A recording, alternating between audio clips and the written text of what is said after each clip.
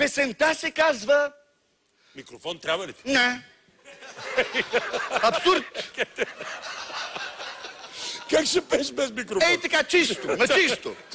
Чекай, ще дам моя микрофон.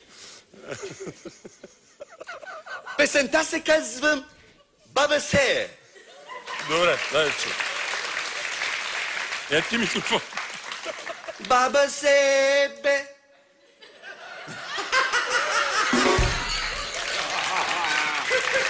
Баба Себе.